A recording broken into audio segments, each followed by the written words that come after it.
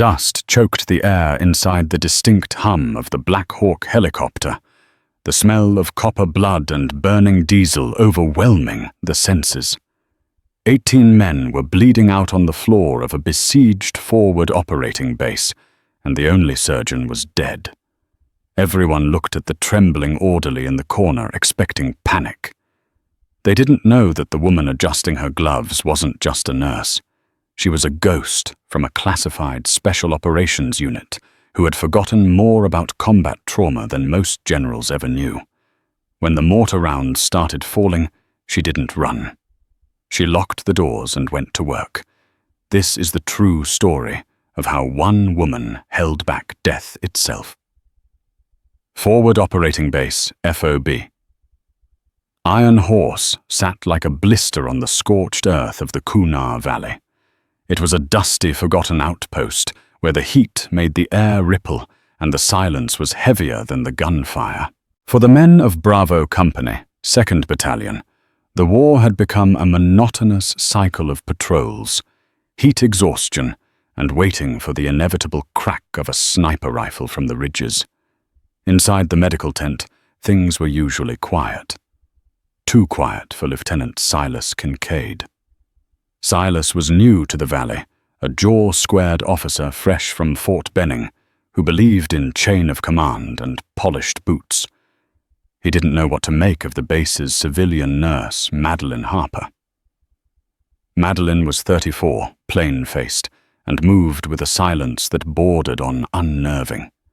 She spent her days organizing gauze checking inventory lists 3 times over and reading paperback novels in the corner of the TOC Tactical Operations Center. To the soldiers, she was just Mads, the nice lady who handed out ibuprofen and foot powder. She never raised her voice. She never joined in the raucous poker games. When the boys bragged about firefights, she would quietly excuse herself. "She's soft," Silas muttered one evening, watching Meline carefully fold a blanket with surgical precision. He was sitting with Sergeant Kowalski, a bear of a man, with a dip of tobacco permanently wedged in his lip. "I don't get why Command sent a civilian out here. If shit hits the fan, she's going to be a liability." Kowalski shrugged, spitting into an empty water bottle. "She's harmless, LT, keeps the inventory straight. Dr. Sterling likes her." Dr. Sterling was the base surgeon, a cynical man in his 50s who had seen too much and cared too little about military protocol. He treated Meline like a glorified secretary, often snapping his fingers for files or coffee. Meline never complained. She just delivered what was asked. Her eyes lowered her face an unreadable mask, but there were details about Meline that didn't fit small things that only a paranoid mind would notice. One Tuesday, Private First Class Jinx Jenkins came in with a deep laceration on his forearm from a jagged piece of rusted metal on a Humvee. He was panicking, blood spurting onto the canvas floor. Dr. Sterling was in the latrine. Silas happened to be in the tent looking for Sterling. He watched as Meline approached the panicked private. "It's okay, Jinx," she said. Her voice didn't change pitch. It wasn't the soothing coo of a mother. It was a flat, cold command disguised as comfort. "Look at me." She didn't run for the doctor. She didn't scream for help. She simply reached out her fingers, finding the pressure point on his brachial artery with a speed that blurred in the air. The bleeding stopped instantly. With her other hand, she grabbed a hemostat from the tray without looking, clamped the vessel, and began irrigation. When Sterling finally burst in, breathless and disheveled, the wound was already cleaned and prepped. "Good catch, Harper." Sterling grunted, pushing past her to take the glory of the stitches. Meline stepped back into the shadows, wiping her hands on her scrubs. Silas caught her eye for a second. There was no fear in them. There was nothing. Just a flat, predatory calmness that made the hair on the back of his neck stand up.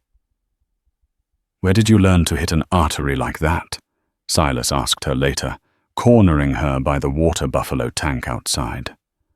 Meline looked up, shielding her eyes from the harsh sun. Nursing School Lieutenant, Anatomy 101.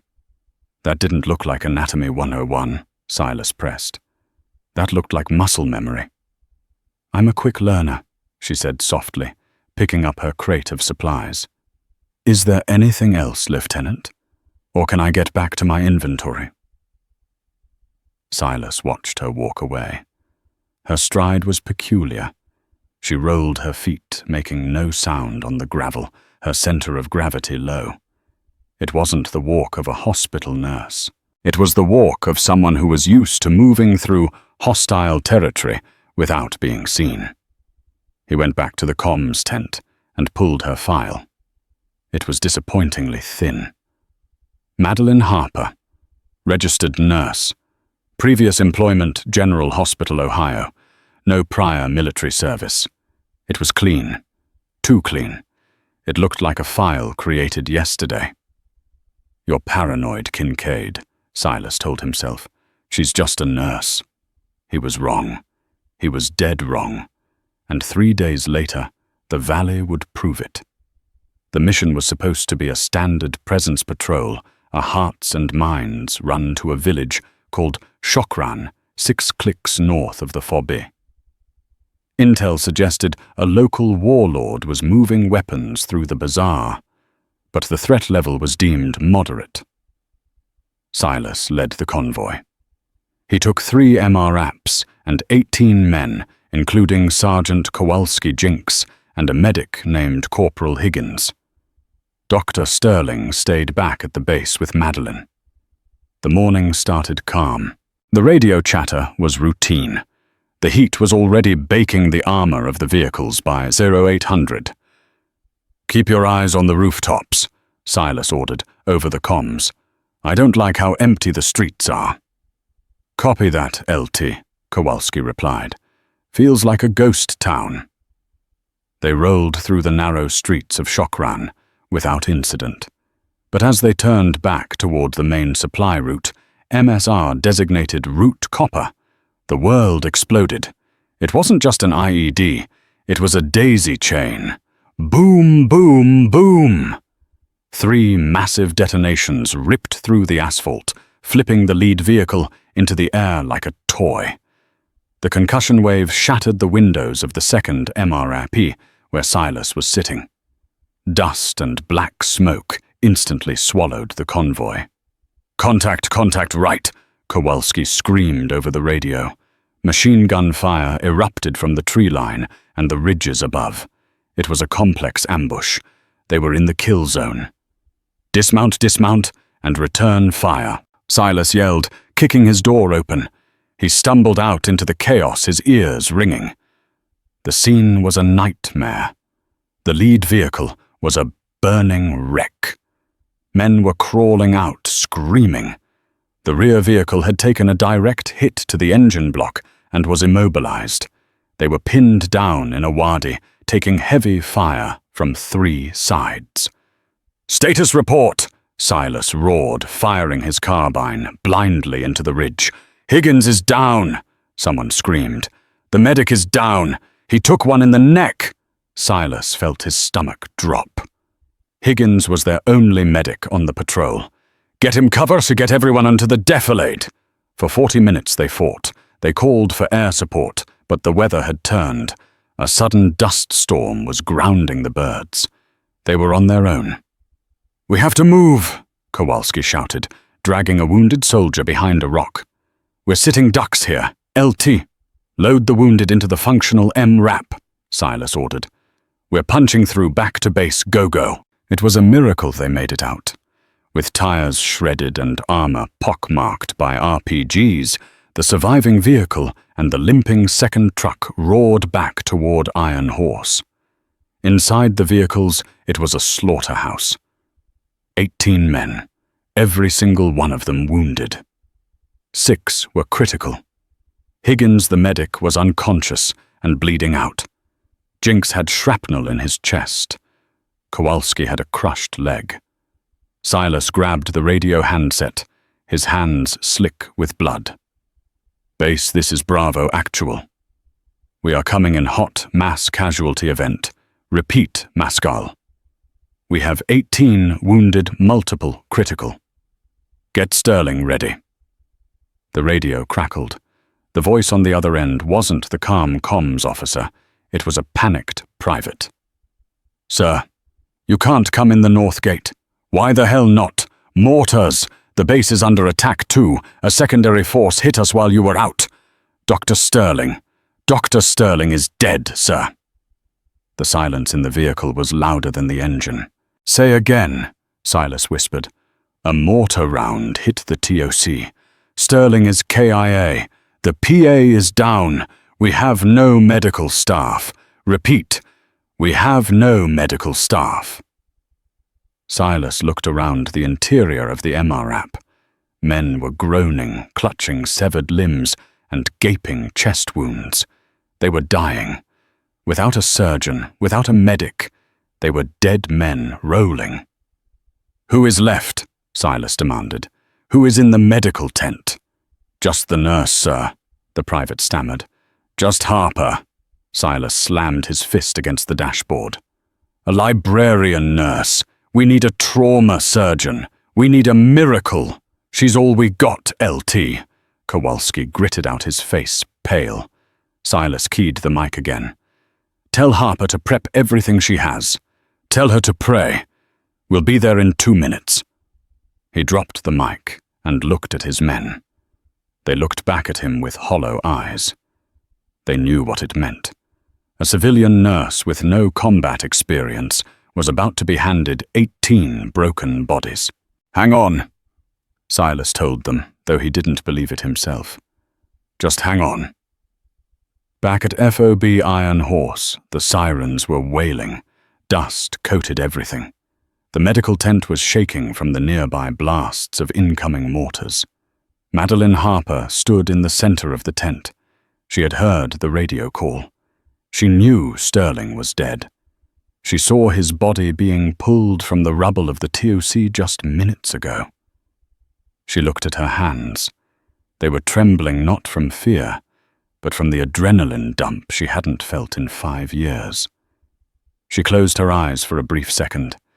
In the darkness of her mind, she wasn't Madeline Harper, the quiet nurse from Ohio. She was Captain Wraith Maddox, formerly of the Joint Special Operations Command, JSOC 24th Special Tactics Squadron. She had been discharged honorably, but quietly after a mission in Yemen went dark. She had sworn never to touch a weapon again. She had sworn to live a life of peace.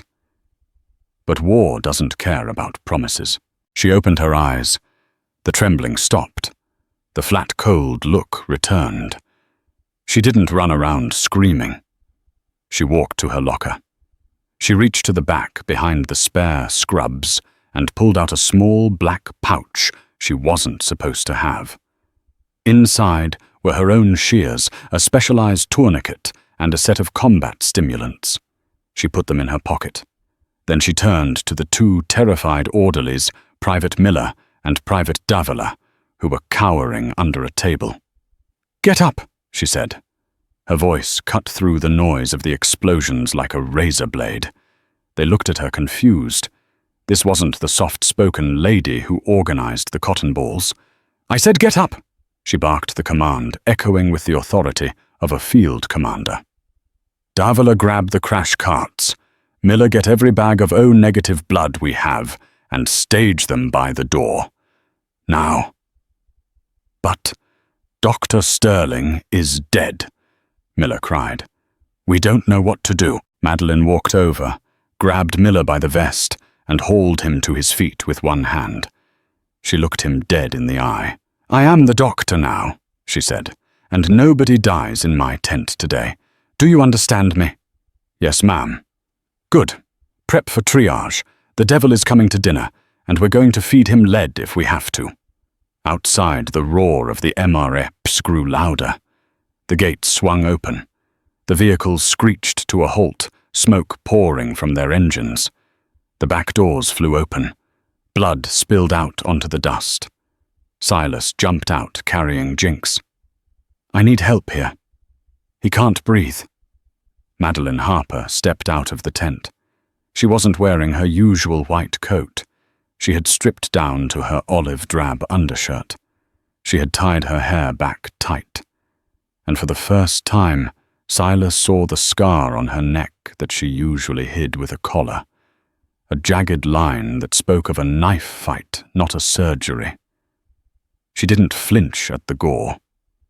She walked straight into the carnage.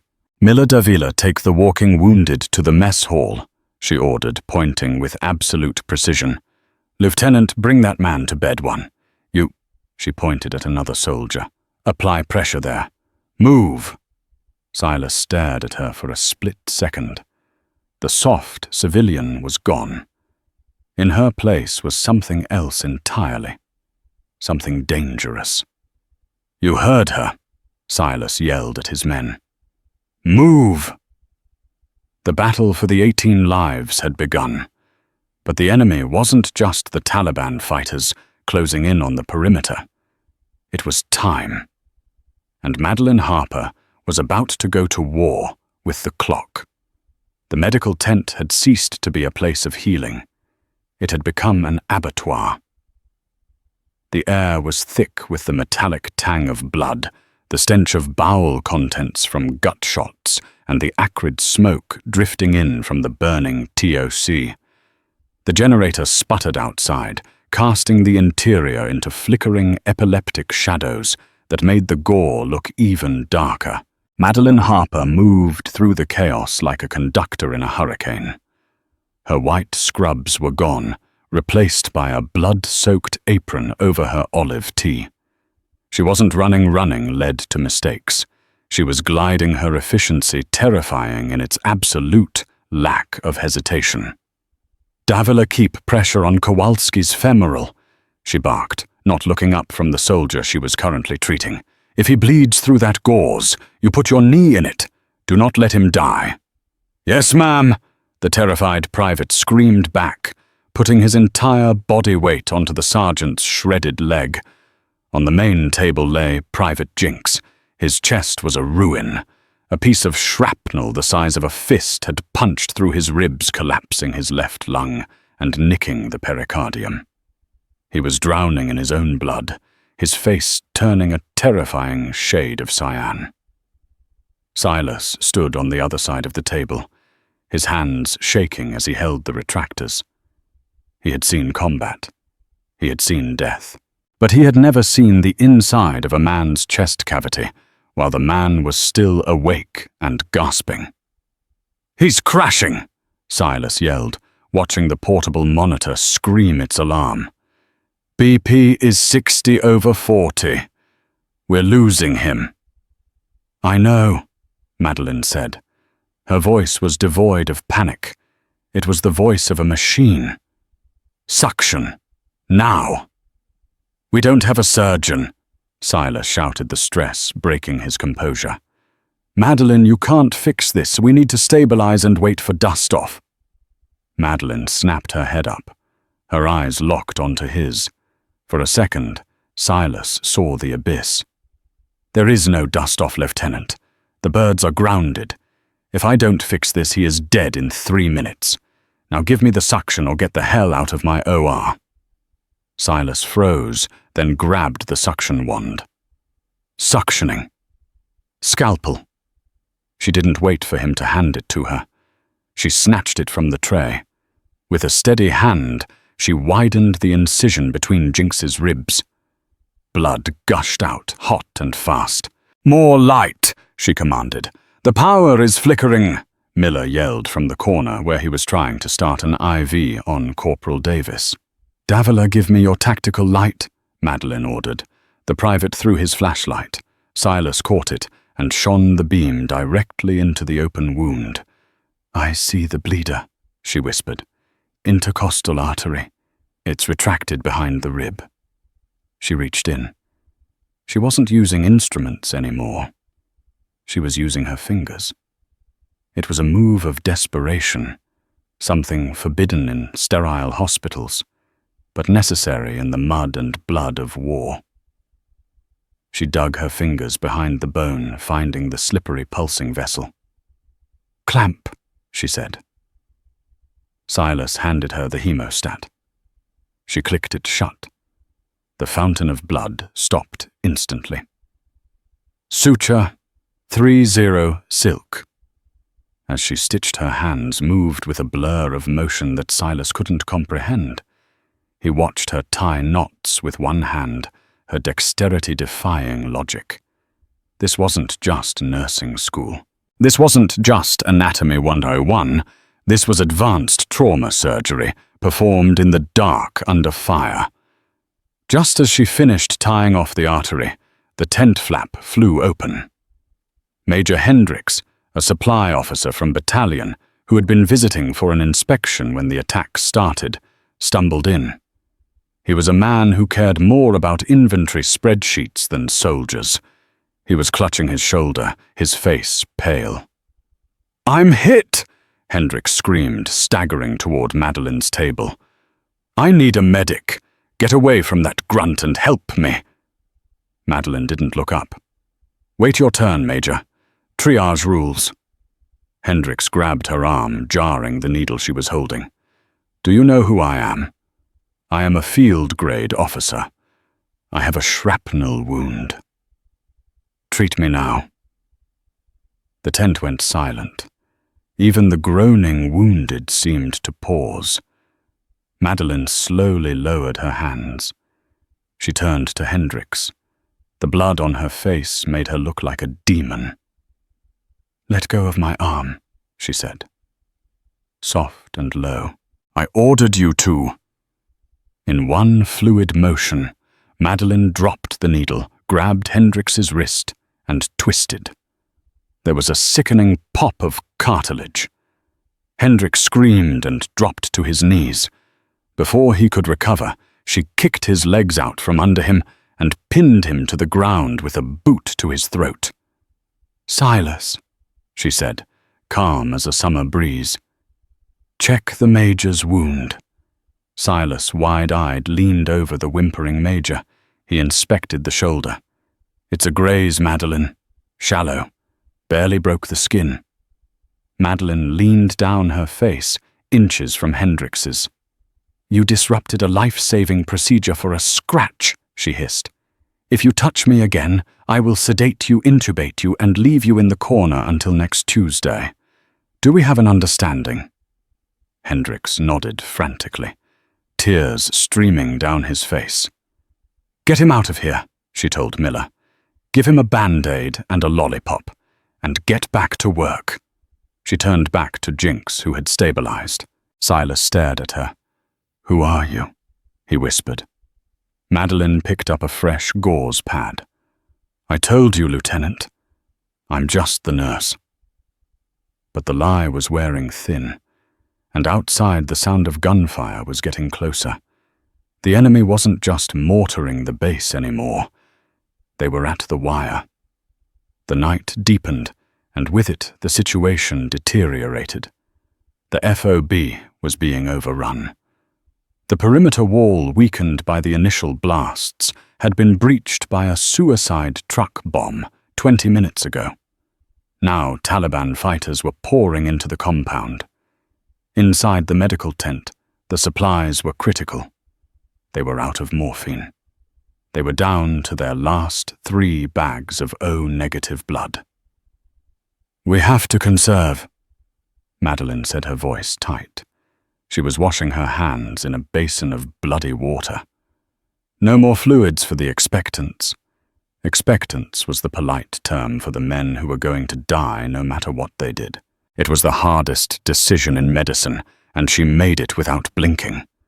Silas was reloading his M4 carbine by the door. "They're close, Mads. I can hear them near the mess hall." "Keep the door secured," she said. "Nobody comes in unless they're wearing our camo." "Madeline," Silas said, walking over to her. He lowered his voice. "If they breach the tent, we can't defend 18 immobile men. We have to think about an exit strategy." "There is no exit," she said, checking the pulse of a young corporal who had lost both legs. "We hold the line here." With what I have 2 magazines left. Miller has a pistol. You have a stethoscope." Meline stopped. She looked at the corporal's sleeping face. Then she reached into her pocket and pulled out a key. "Open the bottom drawer of the narcotics safe," she said. "What we need, ammo, not drugs. Just do it." Silas walked over to the heavy steel cabinet in the corner. He unlocked it and pulled the drawer open. He gasped.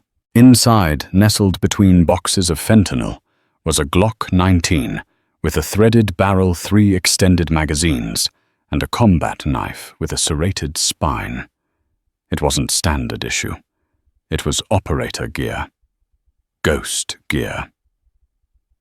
"Meline, give it to me." He handed her the weapon. She checked the chamber with a practiced snap, check-press click that only people who slept with guns knew. She tucked the spare mags into the waistband of her scrubs. "How?" Silas asked. "Yemen. 2019. She said, her eyes distant for a second. "I wasn't a nurse then. I was a 18D Special Forces medic attached to a JSOC hunter-killer team. They called me Wraith." Silas felt the room spin. The rumors about female operators were mostly myths, ghost stories. But looking at her now, the stance, the dead eyes, the surgical violence, it all made sense. "Why are you here? Why pushing pills in a forgotten ephod?" "Because I tried to stop," she said softly. "I tried to be normal. I tried to save lives instead of taking them. But it seems war has a way of finding you." Crash. The back of the tent ripped open. It wasn't a door breach. Someone had slashed through the heavy canvas wall with a machete. 3 insurgents spilled into the triage area, AK-47s raised. They were screaming, eyes wild, looking for easy targets. Miller screamed and dropped to the floor. Davila froze. Silas raised his rifle, but he was at the wrong angle. Jinx's bed was in the line of fire. He couldn't shoot. "Down!" Meline screamed. She didn't seek cover. She advanced. As the lead insurgent raised his rifle to shoot the wounded Jinx, Meline moved. She didn't look like a nurse anymore. She looked like a blur of violence. Pop, pop. 2 rounds from the Glock took the first man in the chest. He dropped before his finger could tighten on the trigger. The second man swung his weapon toward her. She slid across the blood-slicked floor like a baseball player sliding into home, coming up inside his guard. She grabbed the barrel of his AK, diverting it toward the ceiling as he fired a burst that shredded the tent canvas. With her other hand, she drove the combat knife upward under his chin into the brain stem. He went limp instantly. The third man, seeing his comrades fall in under 3 seconds, hesitated. That was his mistake. Silas finally had a shot, but he didn't need to take it. Meline shoved the dead body of the second man into the third, knocking him off balance. She stepped over the corpse, grabbed the third man by the vest, and threw him onto a surgical trolley. Before he could rise, she put 2 rounds into his head. Silence returned to the tent, broken only by the whimpering of Private Miller. Meline stood amidst the bodies, her chest heaving slightly. She wiped a splatter of blood from her cheek. She didn't look horrified. She looked activated. She turned to Silas. "Clear the bodies. Check their vests for ammo and grenades. We need everything they have." Silas lowered his rifle. He looked at the woman he had called soft just 3 days ago. He looked at the bodies of the hardened fighters she had dispatched with the ease of someone taking out the trash. "You're not a medic," Silas said, his voice filled with awe and a touch of fear. "You're a reaper." "I'm whatever these men need me to be," she said, holstering the Glock. "Now move, Lieutenant." That was just the scouting party. The main force is coming." The tent was now a fortress. Meline had organized the walking wounded into a defensive perimeter inside the canvas walls. Even Major Hendricks, humbled and terrified, was holding a pistol by the entrance, shaking like a leaf. But the real enemy was inside the tent. Private Jenkins Jinx was deteriorating again. The surgery had held, but the blood loss was too great. He was going into hypovolemic shock. His skin was translucent. "We need blood," Meline said, checking his vitals. "He needs whole blood, warm and fresh. The bags are gone. We can't get to the freezer in the main building," Silas said, peering through a tear in the canvas. "The courtyard is a kill zone." Meline looked around the room. She looked at the soldiers, dirty, exhausted, but alive. "We're going to do a walking blood bank," she announced. "Here," Silas asked. "Now that's against every regulation in the book." The infection risk. Regulation went out the window when the mortar hit the TOC, Meline snapped. "Who is O positive? Raise your hands." 3 hands went up. One was Miller. One was Sergeant Kowalski, who was conscious but pale. The third was Silas. "Kowalski is out. He's lost too much already," Meline said. "Miller, you're a match." "Yes, ma'am." "Get on the table next to Jinx. Silas, you're next." She rigged the lines with a terrifying improvisation. She didn't have the proper transfer bags, so she used direct line tubing, gravity-feeding blood from Miller's vein, directly into Jinx's. It was old-school medicine, something from the trenches of WWWI, risky and desperate. "This is going to make you dizzy," she told Miller as she inserted the large bore needle. "Don't pass out on me." "Just save him, Mads," Miller whispered. He didn't call her ma'am anymore. He looked at her with the devotion of a religious zealot. She was their savior. As the blood flowed, the radio on Silas's vest crackled. It had been silent for an hour. "Bravo Actual. This is Viper 1-6. The voice was broken, filled with static. It was the air support. Silas grabbed the mic. "Viper, this is Bravo Actual. We are surrounded. We need immediate CAS. Close air support on the north perimeter. Danger, close. Bravo, negative." The pilot's voice came back, sounding regretful. "Visibility is 0. Dust storm has worsened. We cannot acquire targets. Command has ordered an abort. We are RTB returning to base. You are on your own. Good luck." The radio clicked off. The hope in the room evaporated. The soldiers slumped. Silas dropped the handset, his head in his hands. "That's it," he whispered. "They're leaving us to die." Meline looked at the radio. Then she looked at the 18 men relying on her. She looked at Jinx, whose color was slowly returning thanks to Miller's blood. "No," she said. She walked over to Silas and took the radio. "Meline, they're gone," Silas said, defeated. "They can't see us." "They don't need to see us," she said. "They just need to know who is asking." She keyed the mic. She didn't use the standard Army protocol. She switched frequencies to a channel that wasn't supposed to exist on standard comms, a global emergency frequency for Tier 1 assets. "Viper, lead, this is Wraith," she spoke into the darkness. Her voice changed. It wasn't the nurse, and it wasn't even the combat medic. It was something colder.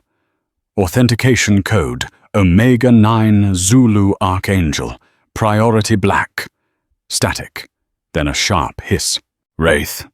The pilot's voice came back, clear and startled. The static seemed to vanish. "Repeat call sign.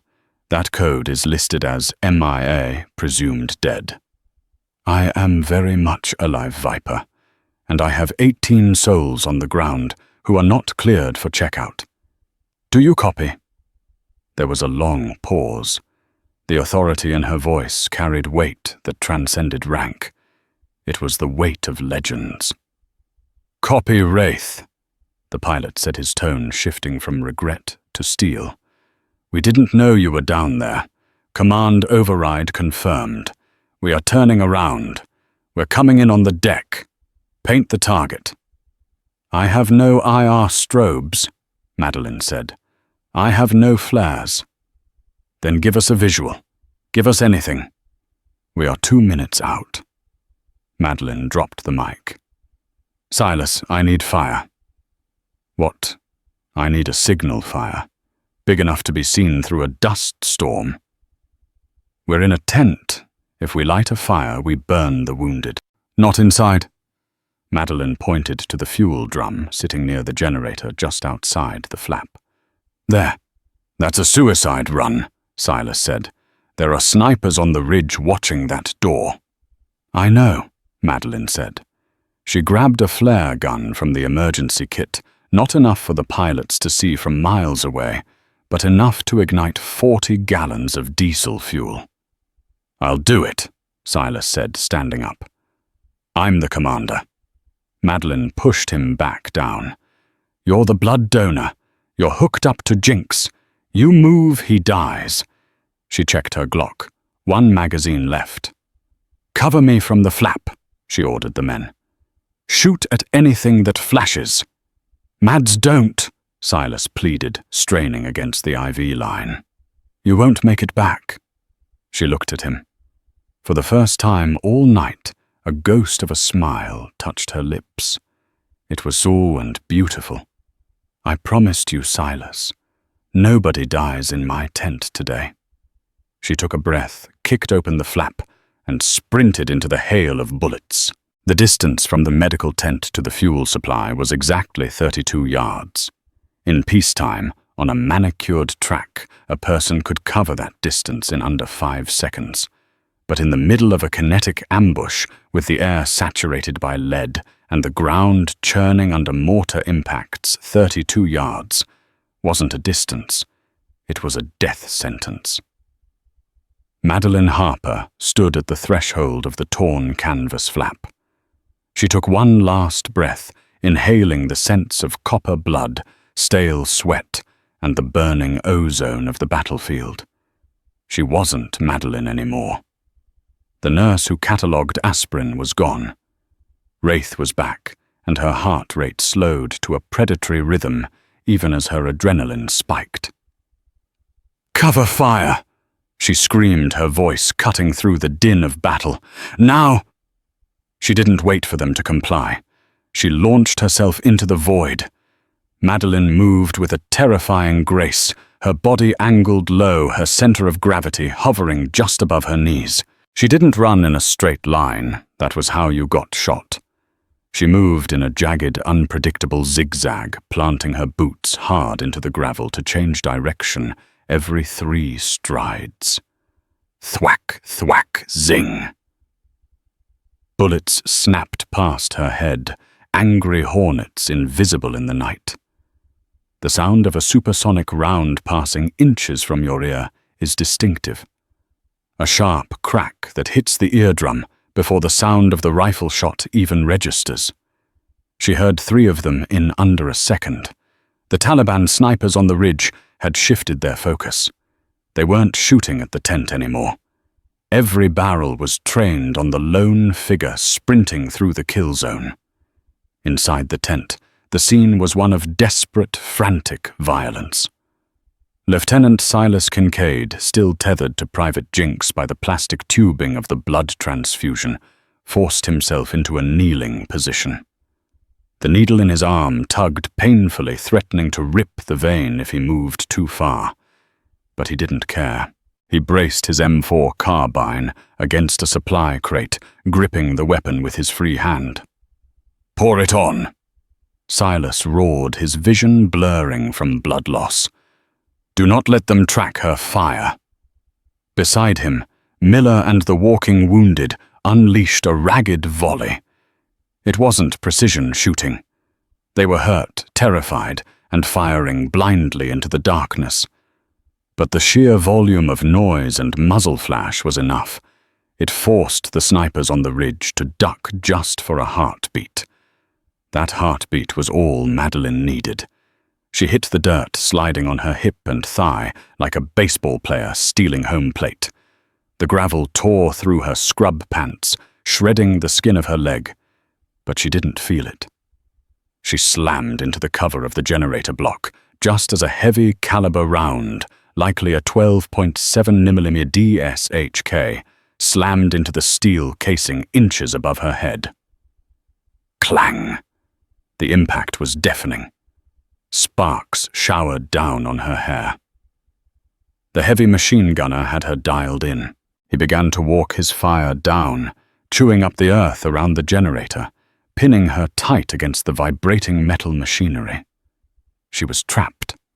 The fuel drum was 5 feet away, sitting fully exposed on a wooden pallet. To reach it, she would have to stand up. If she stood up, the heavy gunner would cut her in half before she could raise her arm. Meline pressed her back against the generator, gasping for air. The dust was thick, clogging her throat. She checked the flare gun in her hand. It was a single-shot plastic launcher. One chance. If she missed, or if the flare bounced off the drum without igniting the fuel, they were dead. The A-10s would turn back, and the enemy would overrun the tent within 10 minutes. "Think, Wraith, think," she hissed through gritted teeth. Her eyes scanned the ground. The heavy machine gun rounds had punched holes in the bottom of the fuel drum moments before she arrived. A dark, viscous liquid was leaking out, creating a growing puddle that trickled down a small slope in the dirt, moving directly toward her position, behind the generator. Diesel fuel. She didn't need to hit the drum. She didn't need to expose herself to the sniper fire. She just needed to light the fuse. The stream of fuel was 3 feet from her boot. Meline rolled onto her stomach, keeping her head below the top of the generator. The machine gun fire was relentless, a continuous hammer against the metal shield protecting her. She extended her arm around the corner blindly. "Silas," she whispered, "keep their heads down." As if hearing her telepathically, the rate of fire from the medical tent intensified. Silas was emptying his last magazine. Meline pointed the flare gun at the wet earth 3 feet away. She squeezed the trigger. Pop! Hiss! The magnesium flare shot out a blindingly bright red star in the gloom. It struck the puddle of diesel with a violent sizzle. For a split second, nothing happened. Diesel has a high flash point. It doesn't explode like gasoline. It needs heat. But the magnesium flare burned at over 3,000 degrees. Whoosh! The puddle caught. A line of blue and orange fire raced up the trickle of fuel faster than a snake strike. It traveled up the slope across the pallet and climbed into the bullet holes of the drum. The resulting deflagration was apocalyptic. The vapor inside the drum ignited, expanding with ferocious force. The top of the drum sheared off, sending a pillar of fire 40 feet into the night sky.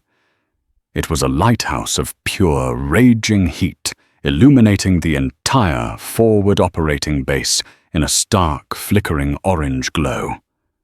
The shockwave knocked the wind out of Meline, slamming her head against the dirt. She curled into a ball, shielding her face from the searing heat, coughing as the black smoke rolled over her. 4,000 feet above the valley floor, the world inside the cockpit of Viper 16 changed instantly. The pilot, a major with the call sign Deacon, had been staring at a wall of brown dust on his FLIR forward-looking infrared sensors, unable to distinguish friend from foe. "I can't see them," his wingman radioed. "I'm blind in this soup." Then the sensor screen washed out with a massive thermal bloom.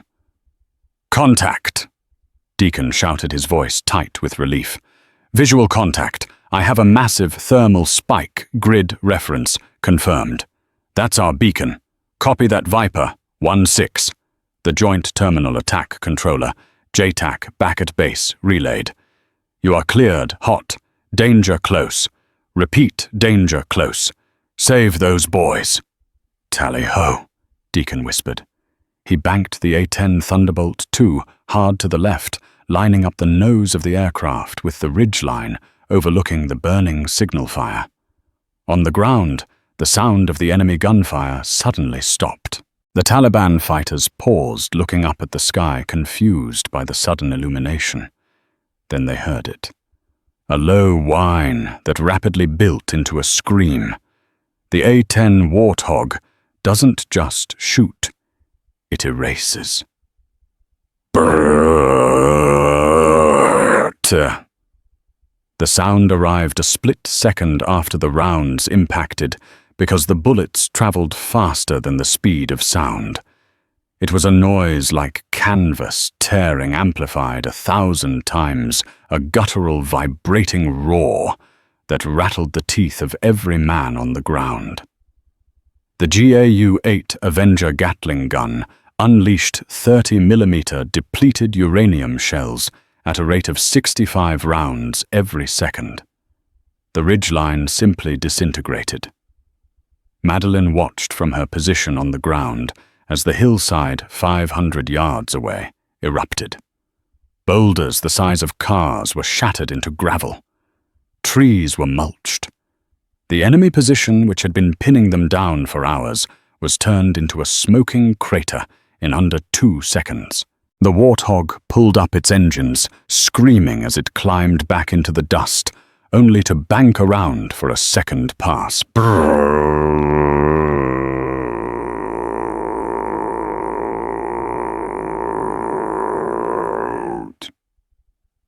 The second pass strafed the breached perimeter wall. The surviving enemy forces didn't retreat. They broke. Panic swept through their ranks. They dropped their AK-47s and RPGs, scrambling over the rocks, desperate to escape the mechanical dragon hunting them from the clouds. Silence returned to the valley heavier than before. The only sound was the crackle of the burning fuel drum and the distant, reassuring drone of the aircraft circling overhead. Meline lay in the dirt, her chest heaving. Her ears rang with a high-pitched whine. She tried to push herself up, but her arms trembled so violently they collapsed under her weight. The adrenaline dump was hitting her now, a crushing wave of exhaustion that made her bones feel like lead. She tapped the earpiece she had stolen from Silas. "Good effect on target, Viper," she rasped, her voice wrecked by smoke. "That was timely." "Any time, Wraith," Deacon's voice came back, sounding respectful and slightly awed. "We'll stay on station until the dust-off birds arrive. You sit tight down there. The cavalry is coming." "Copy." She slowly crawled out from behind the generator. Her white lab coat was black with soot. Her face was streaked with mud and blood. She looked like a creature birthed from the earth itself. Silas came stumbling out of the tent. He was dragging the IV pole, the line still connected to his arm blood, backing up into the tube. He fell to his knees beside her, grabbing her shoulders to see if she was hit. "You're crazy," he yelled, his voice cracking with emotion. He was laughing and crying at the same time, the hysteria of survival taking over. "You are absolutely insane, Mads." "Is Jinx alive?" she asked, grabbing his wrist to check his pulse out of habit. "He's stable. His pressure is holding. You saved him, Mads. You saved all of them." She looked at him, her blue eyes piercing through the grime on her face. The killer was fading, retreating back into the lockbox in her mind. The healer was returning. "Good," she whispered, leaning her forehead against his tactical vest. "Then I can take a break." She closed her eyes, listening to the beat of his heart and the distant thrum of the incoming medevac choppers. She had kept her promise. Nobody died in her tent today. But as the sun began to hint at the horizon, Meline knew her war was over, and her life as Meline Harper was gone forever. The ghost had been seen, and ghosts don't get to stay in one place for long. The sun rose over the Kunar Valley, revealing the scars of the night. The phobie was a ruin of twisted metal and scorched earth, but the flag still snapped in the wind above the TOC. At 0700, the unmistakable thumping of rotors filled the valley. Not just one helicopter, but a swarm. 3 Black Hawk medevac birds and 2 heavy-lift Chinooks carrying a quick reaction force QRF descended on Iron Horse. The medical teams swarmed the tent. Flight medics, fresh and clean, took over the care of the 18 wounded. They were shocked by what they found. "Who did these sutures?" a flight surgeon asked, inspecting Jinx's chest. "This is textbook vascular repair. Did Sterling do this before he died?" "No," Silas said, sitting on a crate, his arm bandaged where the IV had been. "The nurse did it." The surgeon looked at Meline, who was sitting quietly in the corner drinking a bottle of water. She had washed the blood off her face, put her hair back in a messy bun, and put her white lab coat back on over her dirty scrubs. She looked small, unassuming. "The nurse?" the surgeon scoffed. "Right." But the drama wasn't over. As the wounded were being loaded, a different helicopter landed a sleek Black Hawk with no markings. A man stepped out, flanked by 2 armed guards. He wore multicam fatigues, but his collar bore the stars of a major general. It was General Stone, the commander of JSOC operations in the sector. He marched straight toward the medical tent. Major Hendricks, the supply officer, who had tried to bully Meline the night before, saw the general and straightened up. He saw an opportunity. He smoothed his uniform, puffed out his chest, and stepped into the general's path. "General," Hendricks barked, throwing a salute. "Major Hendricks Battalion Supply. It was a hell of a night, sir. I took command after the TOC was hit. I organized the defense of the medical tent. We held them off." The general stopped. He looked at Hendricks. Then he looked at the cowering soldiers behind him. "You organized the defense?" General Stone asked, his voice like grinding gravel. "Yes, sir," Hendricks lied smoothly. "It was chaos. I had to maintain order. In fact, I need to file a report about a civilian staff member, the nurse Harper. She was insubordinate, stole narcotics, and recklessly endangered the position by lighting a fire during a blackout order. I recommend she be removed from theater immediately." Silas, listening from the stretcher nearby, tried to stand up to protest, but he was too weak. Rage boiled in his veins. General Stone didn't look at Silas. He looked at Hendricks. A cold, predatory smile touched the general's lips. "Is that so, Major? She endangered the position?" "Yes, General. She's a liability." "Step aside, Major." Stone walked past Hendricks as if he didn't exist. He walked straight to the back of the tent where Meline was packing her bag. She didn't look up. "Captain Maddox," the general said softly. The entire tent went silent. Hendricks's jaw dropped. Meline zipped her bag. She turned around. She didn't salute. She just nodded. "General Stone, you look old, and you look like a hell wraith," Stone replied, a genuine warmth in his eyes. "We thought you were dead. Yemen went dark. We scrubbed the files."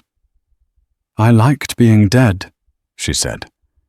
"It was peaceful, until yesterday." "I heard the radio traffic," Stone said. "That authentication code, it woke up half the Pentagon.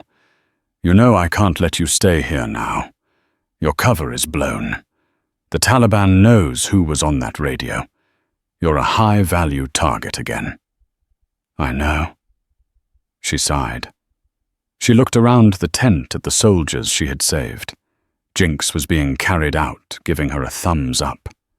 Miller was crying, mouthing the word, "Thank you." "I'm ready to go," she said. General Stone turned back to the room. He looked at Major Hendricks, who was now trembling, his face the color of ash. "Major Hendricks," Stone barked. Yes, sir." "You said this woman was a liability. You said you organized the defense." I may have misspoken, sir. Captain Maddox is a recipient of the Distinguished Service Cross and the Silver Star," Stone announced, his voice booming so every soldier could hear. "She was a Tier 1 operator before you even learned how to lace your boots. She single-handedly saved 18 men while you were hiding in the corner." Stone walked up to Hendricks and ripped the Velcro rank patch off the Major's chest. "You are relieved of command, Mr. Hendricks. You will be on the next bird, out under arrest for cowardice and falsifying a report. Get out of my sight." MPs grabbed the sobbing Hendricks and dragged him away. It was the hardest, coldest karma anyone had ever seen. The soldiers on the stretchers cheered. General Stone turned back to Meline. He snapped a crisp, slow salute. "The bird is waiting, Wraith. Time to go home." Meline picked up her bag. She walked past Silas. She stopped for a second and pressed something into his hand. It was the name tag from her scrubs. "Meline Harper, RN. Take care of them, Lieutenant," she said. "I will," Silas choked out. "Thank you. For everything." She walked out into the sunlight, the dust swirling around her. She boarded the black helicopter, and as it lifted off, banking hard toward the mountains, Silas knew he would never see her again. The official report would say that a special operations team repelled the attack. Meline Harper would officially cease to exist. The army would send a new nurse, a regular one who followed the rules and got scared of blood. But the 18 men of Bravo Company would never forget. They would tell the story in bars and VFW halls for 50 years. The story of the quiet librarian nurse who walked through fire-stitched arteries in the dark and called down the thunder from the sky. They would remember the ghost who saved them. And that is the incredible story of Meline Harper, the quiet nurse, who turned out to be the deadliest person in the valley. It's a powerful reminder that true heroes don't always wear capes. Sometimes they wear scrubs and comfortable shoes, and they are just waiting for the right moment to show the world who they really are. It makes you wonder, doesn't it? The quiet person at your job or the shy neighbor next door, what kind of history are they hiding? Would you want them in your foxhole when the world falls apart? If this story got your heart racing, please smash that like button. It really helps the channel grow. And if you want more stories about hidden heroes and karmic justice, make sure to subscribe and hit the notification bell so you never miss a video. Share this with a friend who needs a reminder that you should never judge a book by its cover. Thanks for watching, and I'll see you in the next story.